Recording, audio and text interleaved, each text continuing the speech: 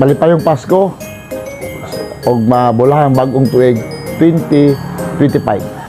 Kini si Kapitan ABC President Freddy Maliksi sa lungsod sa Clarin, Barangay Salapasan.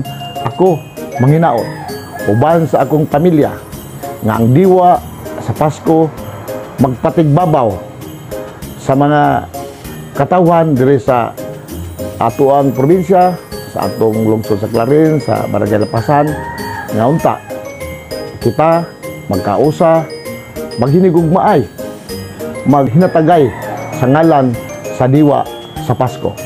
Busa usbon ko malipayong Pasko o bulahang bagong tuig 2025. Sa makausap pa, kini si Kapitan Idol ko si Freddy Maliksi sa Barangay Lapasan. Ako magaingon, malipayong Pasko, bulahang bagong tuig 2025.